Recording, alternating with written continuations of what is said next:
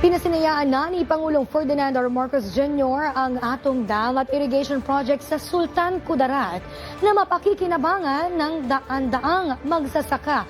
Bukod nga dito, namahagi naman ng Pangulo ng tulong pinansyal sa mga barangay na apektado ng malakas na lindol. Si Harley Valbuena nakatutok.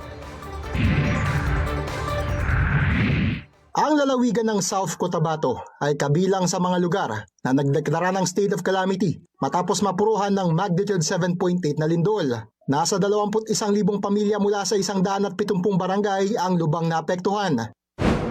Kaya naman, personal na naghatid ng tulong sa kanila si President Ferdinand R. Marcos Jr. sa pamamagitan ng Bawat Bayan Makikinabang program sa Coronadal City.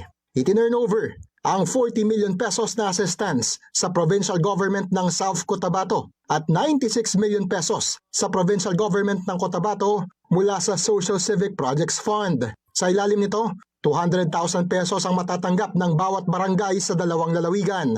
Namahagi rin ng Department of Social Welfare and Development ng Assistance to Individuals in Crisis Situation o AICS sa mga apektadong residente. Nag-iisa rin po ako sa naging biktima ng kalamidad dahil nagkaroon ng kanyang bahay ko. So kaya kami nagpapasalamat po na sa ating pamahalaan dahil kami nabigyan ng tulong pinansyal. Tiniyak naman ng Pangulo ang patas na pagbibigay ng tulong sa mga LGU. Sabi nila, hindi, walang sistema. Basta kung sinong medyo malakas sa palasyo, malakas sa Malacanang, kung makalapit sila, yun ang nabibigyan. Pero walang sistema. Kaya sabi ko, ito na yung pagkakataon ko na baguhin yung sistema para mapunta sa LGSF, sa local government. Pinasinayaan din ng Pangulo ang Antong Dam and Irrigation System sa Lutayan, Sultan Kudarat. Ang proyekto ay nagkakahalaga ng 1 billion pesos na inaasahang makapagbibigay ng irigasyon sa 1,500 hektarya ng lupang sakahan.